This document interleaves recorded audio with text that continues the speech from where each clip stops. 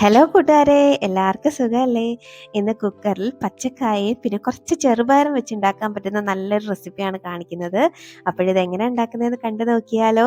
അതിനു മുന്നേ ഈ ചാനൽ ഇതുവരെ സബ്സ്ക്രൈബ് ചെയ്യാതെ ആരെങ്കിലും കാണുന്നുണ്ടെങ്കിൽ പ്ലീസ് ഒന്ന് സബ്സ്ക്രൈബ് ചെയ്ത് സപ്പോർട്ടോടെ ചെയ്തേക്കണേ. അപ്പോഴിത് ഉണ്ടാക്കാൻ വേണ്ടിയിട്ട് ഒരു കുക്കർ ഒന്ന് എടുത്ത് വെച്ചിട്ട് അതിലേക്ക് ഒരു അരക്കപ്പോളം ചെറുപയർ നന്നായിട്ടൊന്ന് ക്ലീൻ ആക്കി ഇട്ട് കൊടുക്കാം.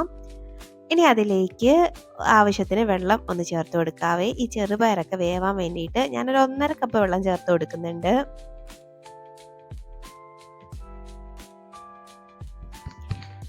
ഇനി ഇതിലേക്ക് ആവശ്യത്തിനുള്ള ഉപ്പും കൂടെ ഈ സമയം അങ്ങോട്ട് ചേർത്ത് കൊടുക്കണേ. അപ്പോൾ ഉപ്പും കൂടെ അങ്ങോട്ട് ഇട്ട് കൊടുക്കാം. ഇനി ഇത് ജസ്റ്റ് ഒന്നങ്ങ് മിക്സ് ആക്കി എടുക്കാം. ഇനി നമുക്ക് ഈ കുക്കർ ഒന്ന് അടച്ചു വെച്ചിട്ട് ഒരു 4 വിസിൽ കേൾക്കുന്നവരെയും ഒന്നങ്ങ് വേവിച്ചെടുക്കണേ. അപ്പോഴേ നമുക്കിതൊന്ന് അടച്ച് അതിൻ്റെ വെയിറ്റ് ഒക്കെ ഇട്ട് കൊടുത്തിട്ട് അടുപ്പിലേക്കൊന്ന് മാറ്റണേ. അപ്പോൾ ഇത് അവിടെ ഇരുന്നൊന്ന് വേവുമ്പോഴേക്കും നമുക്ക് ഒരു ചെറിയ കൂട്ടൊന്ന് റെഡിയാക്കണം. അതിനൊരു മിക്സിയുടെ ജാറൊന്ന് എടുത്ത് വെച്ചിട്ട് അതിലേക്ക് ഒരു അരക്കപ്പോളം തേങ്ങ ഞാനൊന്ന് ചേർത്ത് കൊടുക്കുന്നുണ്ട്. ഇനി ഇതിലേക്ക് ഒരു 3 കുഞ്ഞുള്ളിയാണ് ചേർത്ത് കൊടുക്കുന്നത്. അപ്പം അതങ്ങോട്ട് ചേർത്ത് കൊടുക്കുക. അത്യാവശ്യം വലുതാണ് കേട്ടോ ഇത്.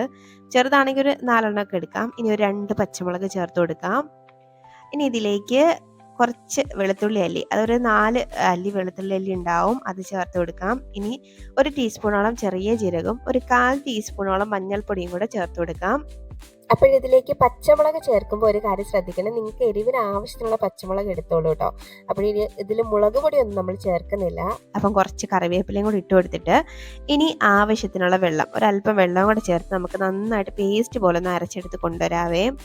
അവിടെ ഇതുപോലെ നന്നായിട്ട് ഒന്ന് അരച്ചെടുത്തിട്ട് ഒന്നങ്ങ് മാറ്റി വെച്ചേക്കാം. ഇപ്പോൾ ദാണ്ടെ നമ്മൾ അടുപ്പത്ത് വെച്ചിരിക്കുന്ന നമ്മുടെ ചെറുപയറൊക്കെ ഒന്ന് വെന്ത് വന്നിട്ടുണ്ട്.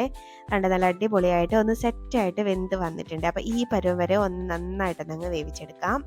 നമ്മൾ ഒഴിച്ചു കൊടുത്ത വെള്ളമൊക്കെ ഒന്ന് വറ്റി വന്നിട്ടുണ്ട്. ഒരല്പം മാത്രമേ ഉള്ളൂ അതിൽ. അപ്പോൾ നമുക്കൊരല്പം വെള്ളം കൂടി ഇനി ചേർത്ത് കൊടുക്കേണ്ടതായിട്ടുണ്ട്.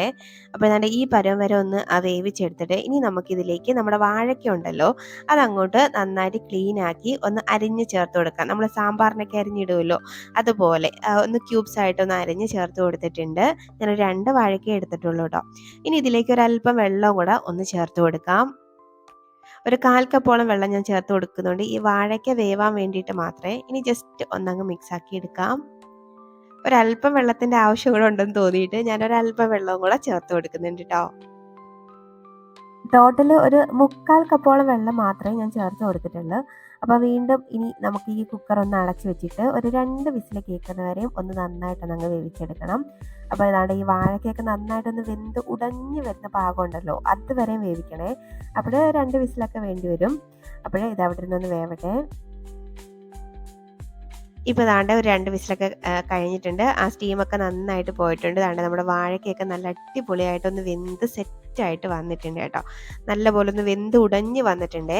അപ്പോൾ നമുക്ക് ഈ സ്പൂൺ വെച്ചിട്ട് തന്നെ നന്നായിട്ടൊന്ന് ഉടച്ച് കൊടുക്കാവേ.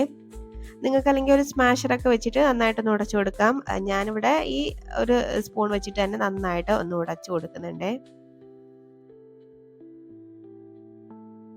ഒരുപാട് ഒന്നും ഉടയ്ക്കുന്നില്ല, ഇടയ്ക്ക് ചെറിയതായിട്ട് കടിക്കാൻ വേണ്ടിയിട്ട് കിട്ടുന്ന രീതിയിലാണ് ഉടച്ചു കൊടുക്കുന്നത്. ഇത്രയൊക്കെ ഒന്ന് ഉടച്ചു കൊടുക്കുന്നോളെ. ഇനി ഇതിലേക്ക് നമ്മൾ അരച്ച് മാറ്റി വെച്ചേക്കുന്ന മിക്സ് ഉണ്ടല്ലോ, അപ്പോൾ അതും കൂടെ അങ്ങോട്ട് ചേർത്ത് കൊടുക്കാം.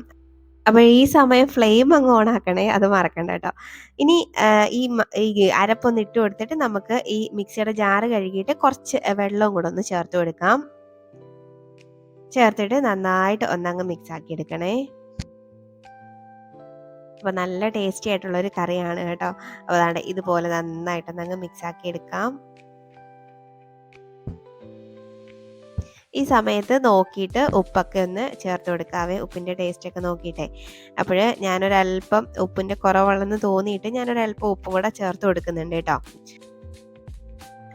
ഉപ്പ് ചേർത്തിട്ട് ഇനി വീണ്ടും നന്നായിട്ട് ഒന്നും കൂടെ അങ്ങ് മിക്സാക്കി എടുക്കാം. അപ്പോൾ ഇനി ഇത് മിക്സ് ആക്കിയിട്ട് നമുക്കൊന്ന് തിളപ്പിച്ചെടുക്കണേ. അപ്പോൾ എനിക്കിപ്പോൾ ഉപ്പ് പാകമായിട്ടുണ്ട്. അപ്പോൾ നിങ്ങൾ ഒന്ന് നോക്കിയിട്ടൊന്ന് ചേർത്ത് കൊടുത്തോളൂ കേട്ടോ.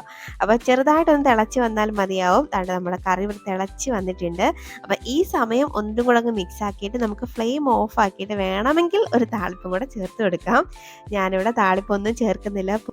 പൊതുവേ എണ്ണയുടെ ഉപയോഗം കുറയ്ക്കുന്നത് കൊണ്ട് താളിപ്പ് ചേർക്കുന്നില്ല കേട്ടോ. അപ്പോൾ താളിപ്പ് ചേർത്താലും ചേർത്തില്ലെങ്കിലും നല്ല ടേസ്റ്റി ആയിട്ടുള്ള ഒരു കറിയാണ്. നല്ല തിക്കായിട്ടുള്ള ഒരു ഗ്രേവിയാണ് കേട്ടോ.